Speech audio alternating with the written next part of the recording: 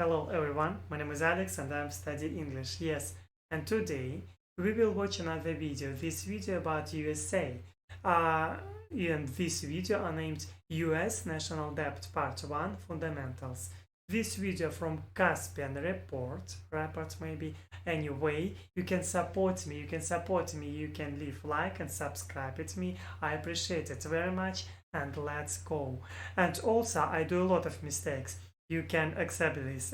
Okay.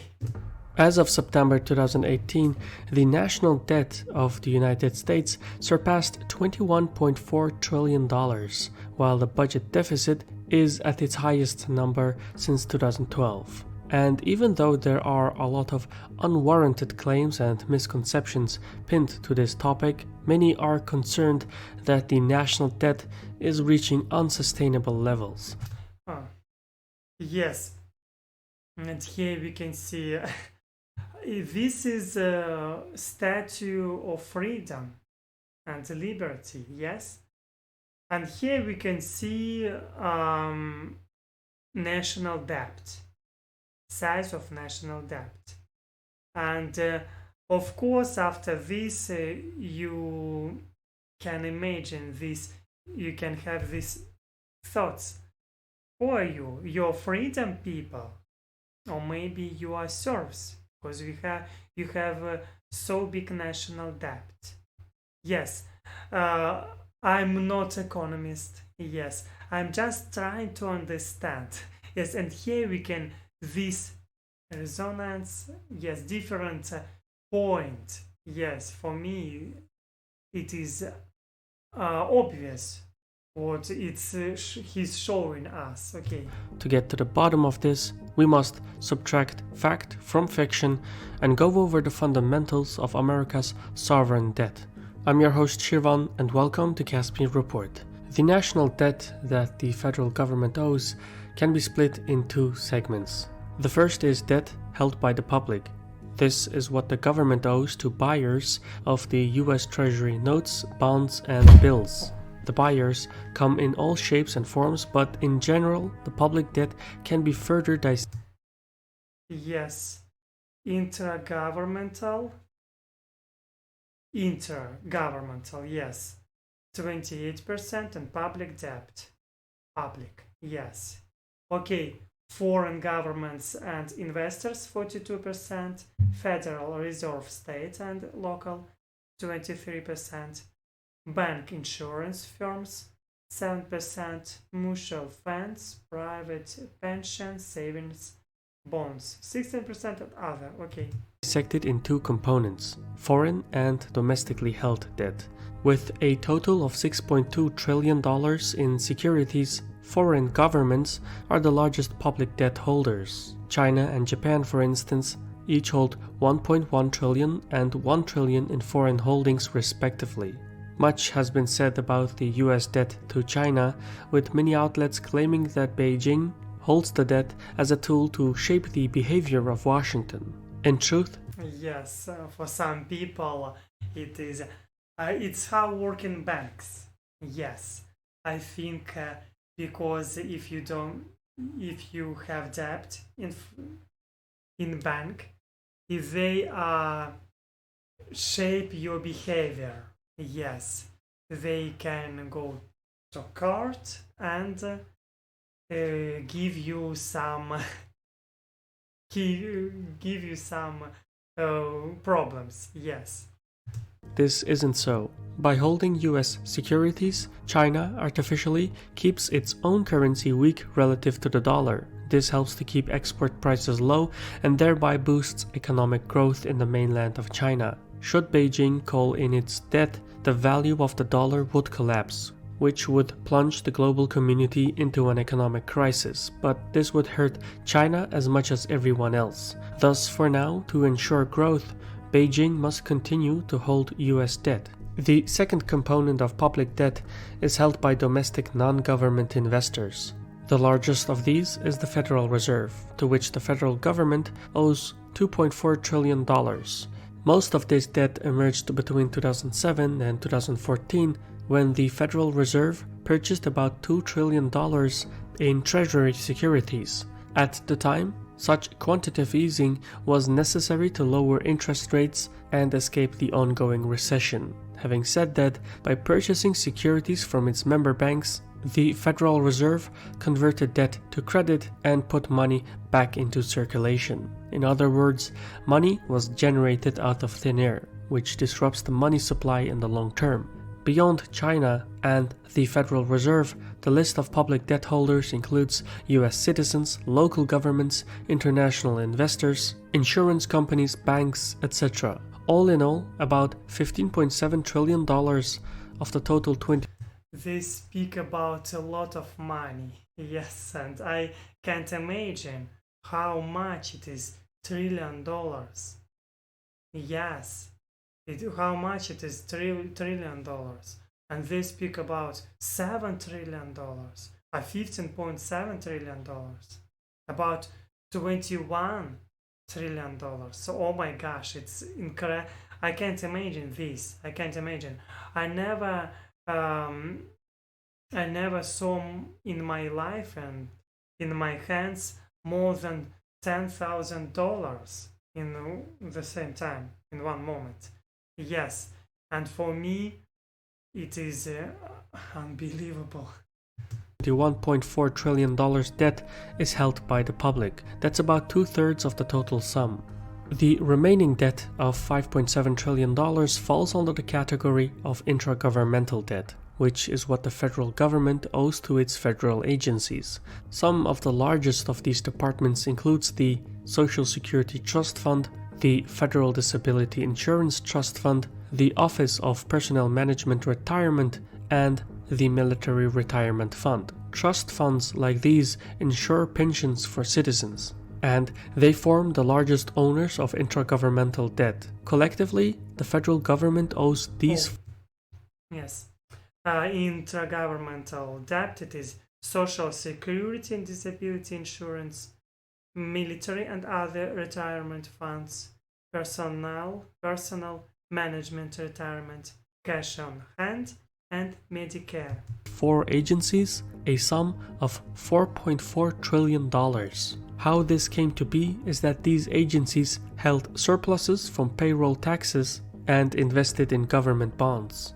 What's important to understand here is that these treasury bonds will inflate as baby boomers will retire over the next 2 decades. So as these trust funds redeem their bonds and notes for money, future taxpayers will have to repay these loans one way or another. Clearly, these numbers are so large that it's difficult to imagine the implications. So, to put it into perspective, $21.4 trillion of debt divided by 325 million Americans results in $65,000 of debt for every citizen. That's $65 of debt for every citizen.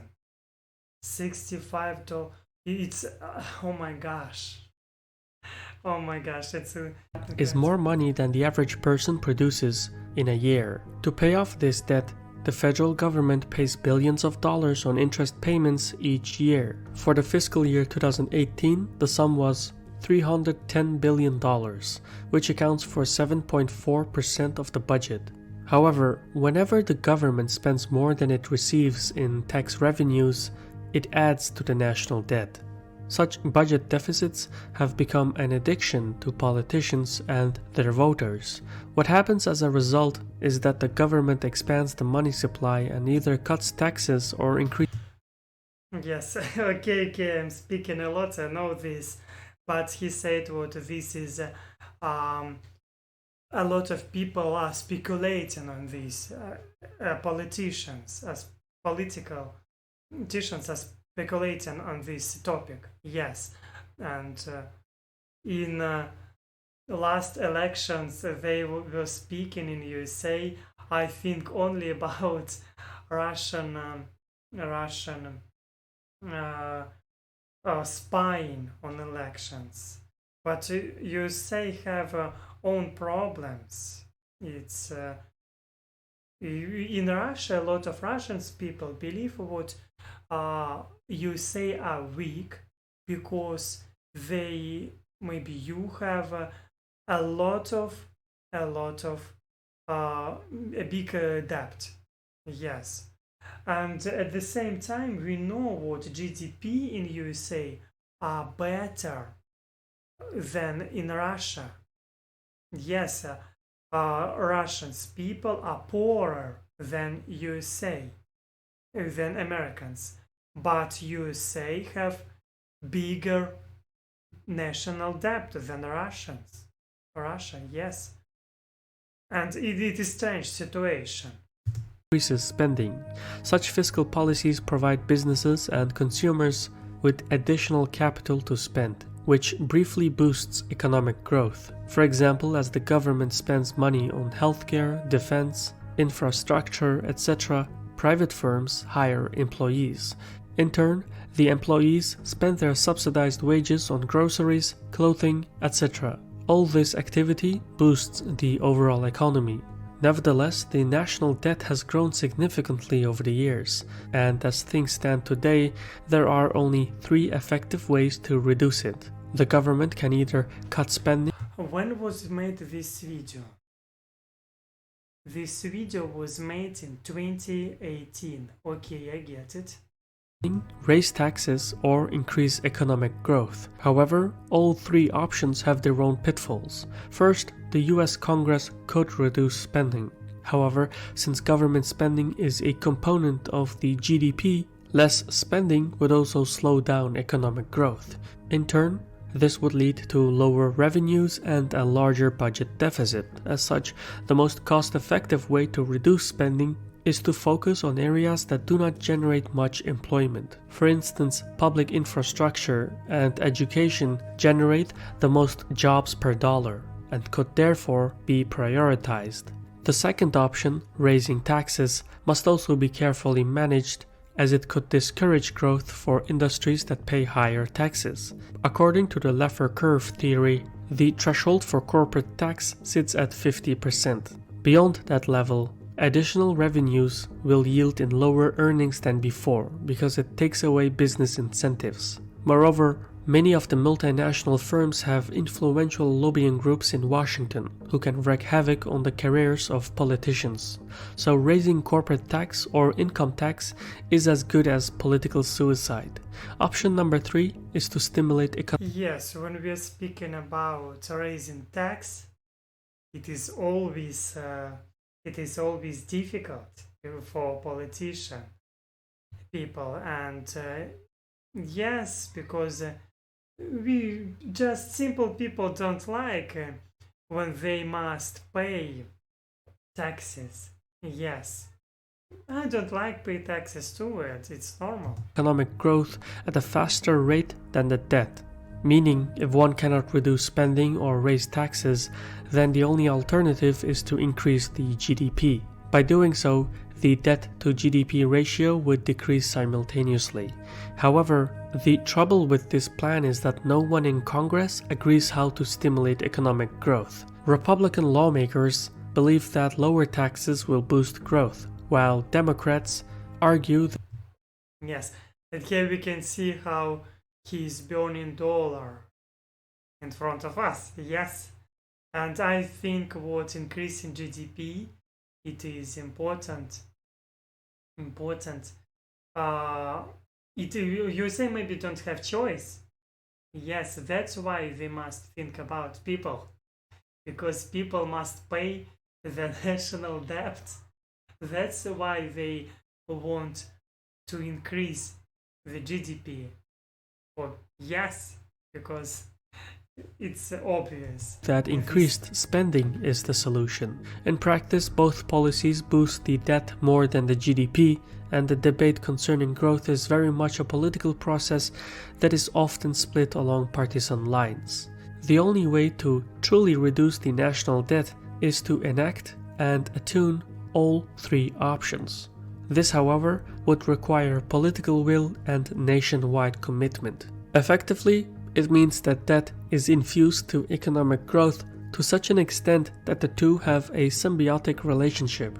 Thus, rather than balancing the budget, the federal government finances the deficit by issuing bonds, which is an attractive and reliable form of investment for many creditors.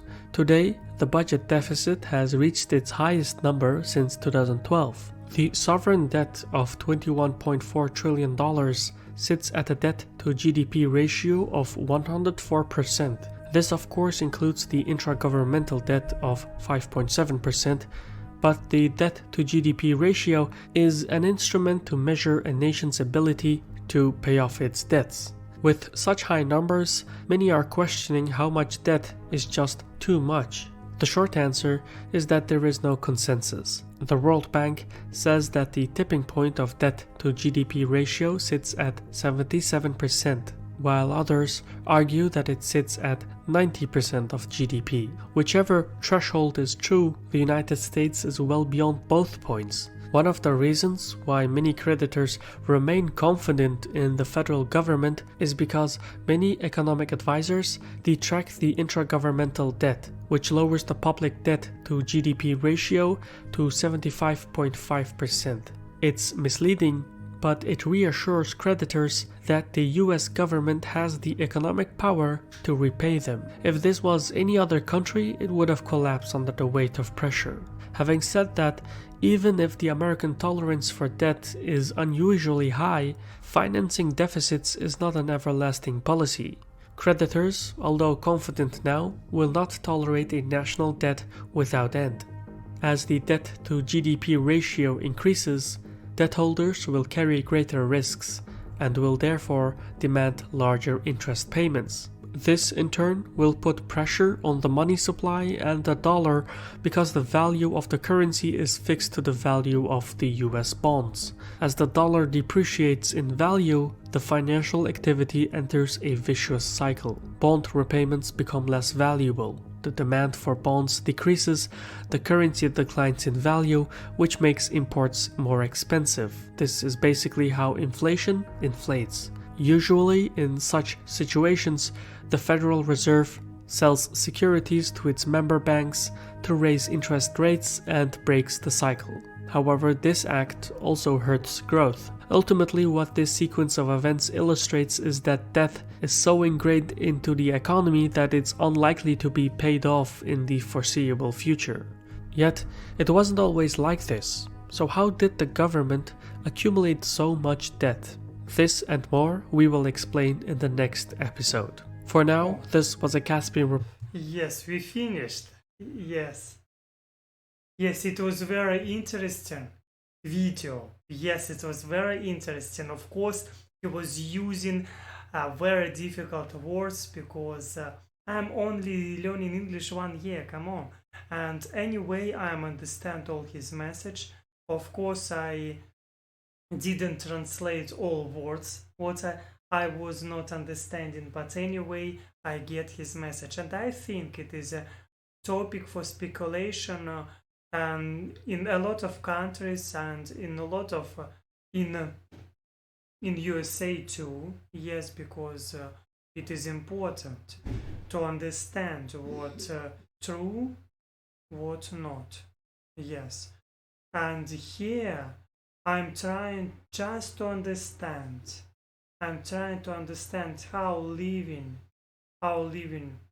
people in USA, what have problems they are, what governments have problems, because when we speak about culture of USA and about government, we of course must should accept not only happiness of this country from this country, but also and problems. We also should accept the problems, and it's normal. We all have problems in our life, yes, and it's normal. For me, it was very interesting. Okay, anyway, you can support me, yes.